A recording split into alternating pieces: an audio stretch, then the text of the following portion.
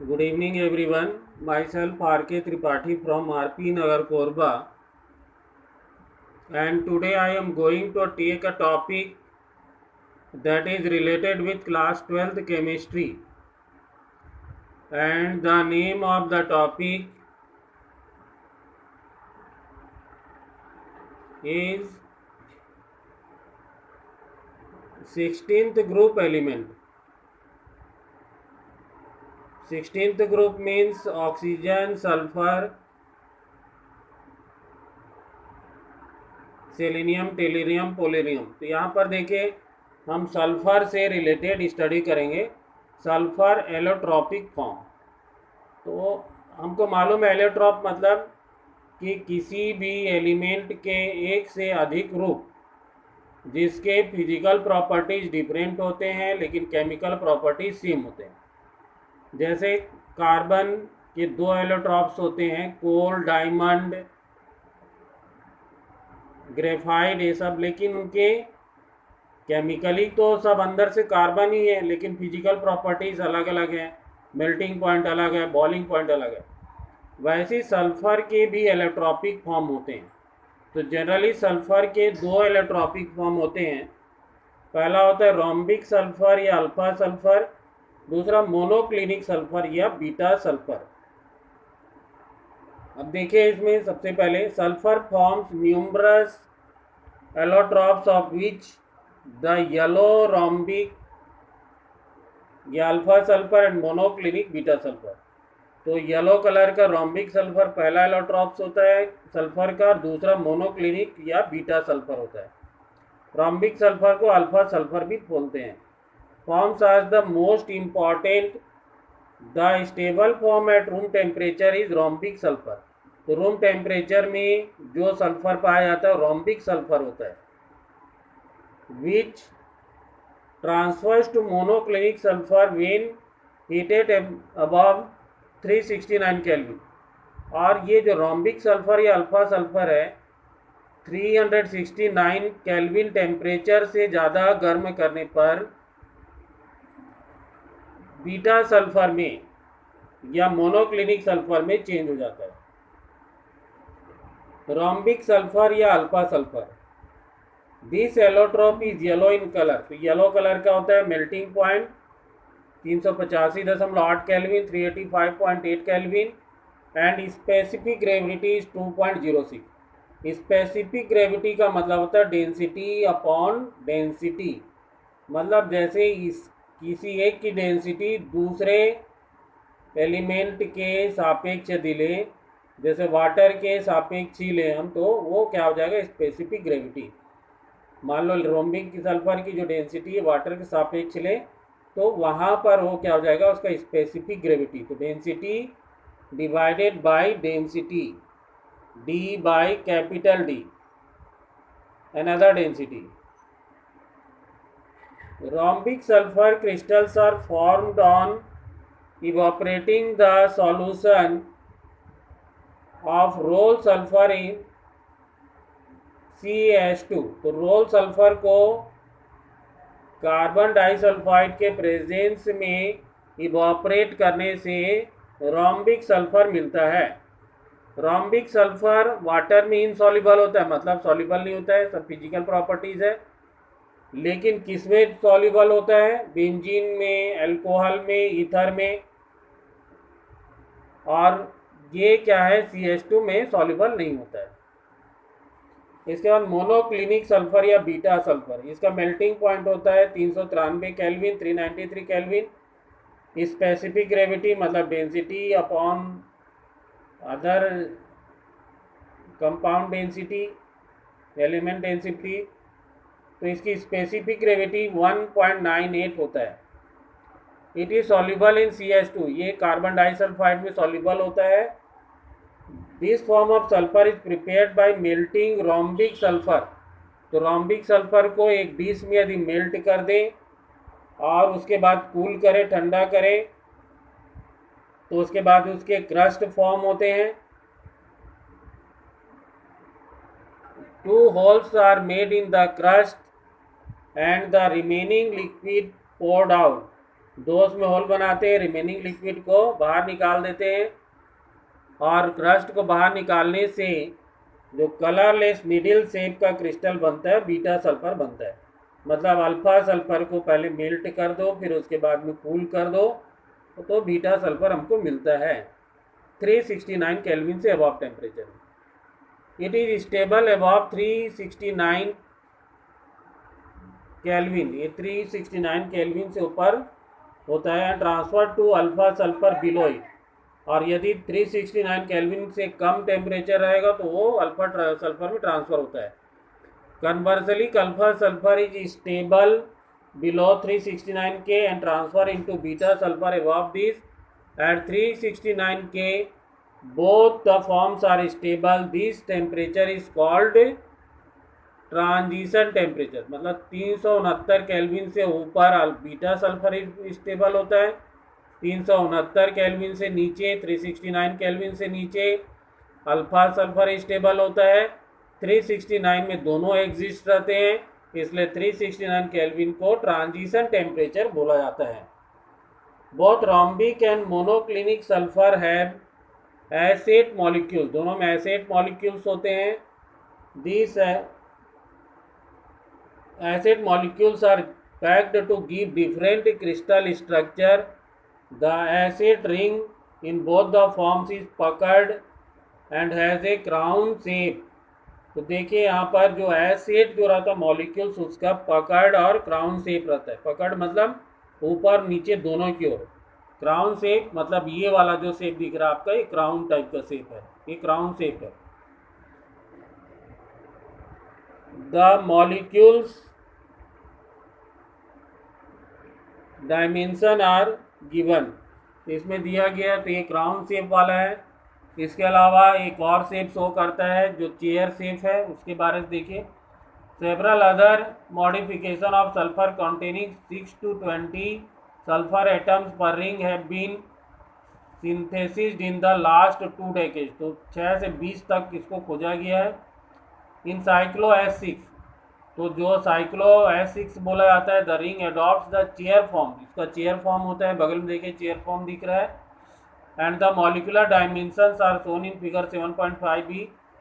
At elevated temperatures 1000 Kelvin, S2 is the dominant species is paramagnetic like O2।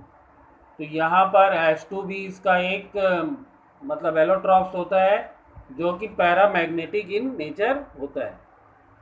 इसके बाद में एक question भी दिया गया है कि which form of sulphur shows paramagnetic behaviour. H2 हमको आंसर मालूम है। In vapour state sulphur partially exist as H2 molecules which has 2 unpaired electrons in the antibonding pi star orbital like O2 और hence एक्सेबिट paramagnetism. तो H2 जो रहता है वो paramagnetism show करता है, मतलब उसमें पैरामैग्नेटिज्म जो भी शो करता है वो उसमें अनपेयर्ड इलेक्ट्रॉन होते हैं। सल्फर डाइऑक्साइड, तो इसमें इसके प्रिपरेशन को पढ़ेंगे हम, प्रॉपर्टीज़ को पढ़ेंगे और यूजेज। तो सबसे पहले प्रिपरेशन, तो सल्फर और ऑक्सीजन के रिएक्शन से सल्फर डाइऑक्साइड बनता है।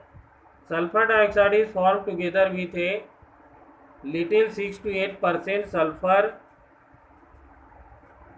Trioxide when sulfur is burned in air और ऑक्सीजन। तो सल्फर और ऑक्सीजन की रिएक्शन सल्फर डाइऑक्साइड बनता है और थोड़ा थोड़ा वहाँ सल्फर ट्राइऑक्साइड भी बन जाता है 6 to 8%। और लैब में बनाने के लिए in the laboratory it is readily generated by treating a sulphide with dilute sulphuric acid. Sulphide मतलब कि SO3 जहाँ ऑक्सीडेशन नंबर कम रहता है, सल्फेट मतलब SO4 और सल्फ्यूरिक एसिड का H+ मिला, दोनों के रिएक्शन से वाटर प्लस SO2 बना। तो +4 जो रहता है SO3 सल्फाइड होता है, +6 SO4 सल्फेट होता है। तो पहले में ऑक्सीडेशन नंबर कम है, दूसरे में ज़्यादा है, अधिक है। इंडस्ट्रियली मतलब बड़े स्केल बनाने के लिए it is prepared as a by product of roasting of sulphide ore, sulphide ores का रोस्टिंग मतलब उसको दहन करते हैं, जलाते हैं तो ये मिलता है। तो FeS2 जो सल्फाइडोर्स है, जनरली जैसे कॉपर पायराइट वगैरह हुआ CuFeS2, तो सल्फाइडोर्स FeS2 का रोस्टिंग किया, ऑक्सीजन प्रेजेंस में रिएक्शन कराए तो Fe2O3 के साथ में बाई प्रोडक्ट रूप में सल्फर डाइऑक्साइड मिलता है। The gas after drawing is liquefied under pressure and stored in steel cylinder. तो गैस को लिक्विफाई कर लिया जाता है और स्टील सिलेंडर में स्टोर किया जाता है। इसके बाद properties, sulphur dioxide is a colourless gas, sulphur dioxide एक कलरलेस गैस है विथ पंजेंट स्मेल। तो इसमें एक स्मेल रहता है जिसको बोला जाता है pungent smell, and is highly soluble in water, water में सॉल्युबल होता है। It liquefies eight room temperature under A pressure of 2 atmosphere. तो 2 ATM में टेम्परेचर में लिक्विड बन जाता है रूम टेम्परेचर में, और इसको बॉयल हो जाता है 263 केल्विन टेम्परेचर में। Sulphur dioxide when passed through water forms a solution of sulphurous acid. जब वाटर के साथ यहाँ रिएक्शन किए SO2 + H2 तो H2SO4 बना।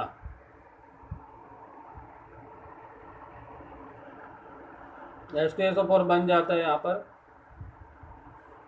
इसके बाद नेक्स्ट है, it reacts readily with sodium hydroxide solution forming sodium sulphide which then reacts with more sulphur dioxide to form sodium hydrogen sulphide. तो पहले सोडियम हाइड्रोक्साइड और सल्फर डाइऑक्साइड के रिएक्शन से Na2SO3 मतलब कि सोडियम सल्फाइड बनता है, प्लस H2O बन रहा है, इसमें और SO2 को प्रवाहित करेंगे तो सोडियम बाई सल्फाइड बन जाएगा। In its reaction with water and alkalis, the behavior of sulfur dioxide is very similar to that of carbon dioxide. Water और एल्कली के साथ में रिएक्शन में इसका जो बिहेवियर आता है सल्फर डाइऑक्साइड का, वो कार्बन डाइऑक्साइड के समान होता है। Sulphur dioxide reacts with chlorine in the presence of charcoal which acts as a catalyst। तो सल्फर डाइऑक्साइड क्लोरीन से रिएक्शन करता है चारकोल के प्रेजेंस में, जो कैटालिस्ट के समान बिहेव करता है, और इसमें सल्फ्यूरिल क्लोराइड SO2Cl2 बनता है। It is oxidised sulphur trioxide by oxygen in the presence of vanadium oxide catalyst, vanadium pentoxide. तो सल्फर डाइऑक्साइड और क्लोरीन के रिएक्शन से SO2Cl2 मतलब कि सल्फ्यूरिल क्लोराइड बनता है, और ये जो है कैटालिस्ट, इसमें चारकोल रहता है। SO2 ऑक्सीजन से वेनेडियम पेंटाऑक्साइड कैटालिस्ट के प्रेजेंस में SO3 सल्फर ट्राइऑक्साइड में चेंज हो जाता है। When moist sulphur dioxide behave as a reducing agent, यदि सल्फर डाइऑक्साइड से मॉइस्ट मतलब थोड़ा सा वाटर रहे तो रिड्यूसिंग एजेंट की तरह बिहेव करता है। For example it converts iron 3 oxide to iron 2 oxide, iron 3 oxide को 2 में कन्वर्ट कर देता है, and decolourise acidified potassium permanganate, potassium permanganate को डीकलराइज कर देता, कलर हटा देता है उसका, पर्पल कलर से कलरलेस कर देता है। The latter reaction is convenient test for the gas, gas का परीक्षण के लिए किया जाता है। तो पहला देखिए Fe3 था प्लस था सल्फर डाइऑक्साइड, आयरन 3 को यहाँ पर Fe3 प्लस को Fe2 में चेंज कर दिया, 2 प्लस चेंज कर दिया, तो Fe3 plus plus SO2 H2O 2 Fe2 plus plus SO4 2 minus plus 4H plus. इसके बाद में सेकेंड में डी कलरलेस कर देता है किसको, पोटेशियम परमैंगनेट, KMnO4 का MnO4 minus SO2 plus H2O SO4 2 minus 4H plus plus 2Mn plus देता है।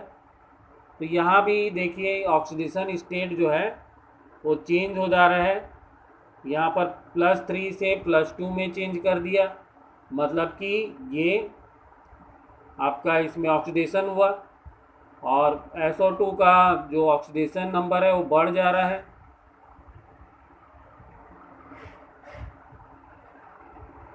बढ़ जा रहा है मतलब कि वो उसको रिडक्शन का काम हो रहा है उसमें। सेम सेकेंडरी एक्शन में भी है। The molecule of S O two is angular, it is a resonance hybrid of two canonical form. तो एंगुलर होता है, इसमें रेजोनेंस होता है टू कैनोनिकल फॉर्म का। देखिए रेजोनेंस कैसे दिया, SO2। तो यहाँ पर नीचे वाले को देखिए 1 2 3 4, दो डबल बॉन्ड का 4 हो गया, तो ये ऑक्टेट कंप्लीट हो गया। सल्फर के लिए देखिए ऊपर में दो लोन पेयर, एक लोन पेयर तो दो हुआ, डबल बॉन्ड लेफ्ट साइड में है तो दो दो चार दो छः हो गया, और एक सिंगल बॉन्ड इधर है तो ऑक्टेट इसका भी कंप्लीट हो गया। अभी ऑक्सीजन के लिए देखिए दो दो चार दो छः और एक सिंगल बॉन्ड मतलब 8, इसका भी ऑक्टेट कंप्लीट हो गया। रेजोनेंस हुआ मतलब कि ये घूम गया, तो घूम करके डबल बॉन्ड इस तरफ आया, तो डबल बॉन्ड आने पर ये वाला स्ट्रक्चर बन रहा है। सेम उसमें भी ऑक्टेट को हम काउंट कर सकते हैं। सल्फर डाइऑक्साइड यूज़ क्या क्या है, it is used in refining petroleum and sugar. Petroleum sugar का रिफाइनिंग में काम आता है। इन ब्लीचिंग वूल एंड सिल्क, वूल और सिल्क का ब्लीचिंग करने का काम आता है। ब्लीचिंग मतलब रंग उड़ाने का काम आता है। एंटी क्लोर के काम आता है, मतलब क्लोरीन हटाने का काम आता है। डिसइंफेक्टेंट के काम में आता है। एंड प्रिजर्वेटिव, डिसइंफेक्टेंट मतलब जीवाणु अगर मारने का काम आता है। प्रिजर्वेटिव के काम में आता है, मतलब कि भोजन की सुरक्षा करने के काम में आता है। सल्फ्यूरिक एसिड बनाने के काम में आता है। सोडियम हाइड्रोजन सल्फाइड बनाने के काम आता है। कैल्शियम हाइड्रोजन सल्फाइड बनाने के काम आता है, इंडस्ट्रियल यूज है। Are manufactured from sulphur dioxide. Liquid SO2 is used as a solvent to dissolve a number of organic and inorganic chemical। Inorganic और ऑर्गेनिक केमिकल्स के को डिजॉल्व करने काम आता है, सॉल्वेंट के काम में आता है। इसके बाद में यहाँ 3 इन टेक्स्ट क्वेश्चन है, उसको नेक्स्ट हम लोग क्या है कि वीडियो लेक्चर में देखेंगे। तो इसमें इस वीडियो लेक्चर में इतना ही। Thank you so much, thanks for listening me.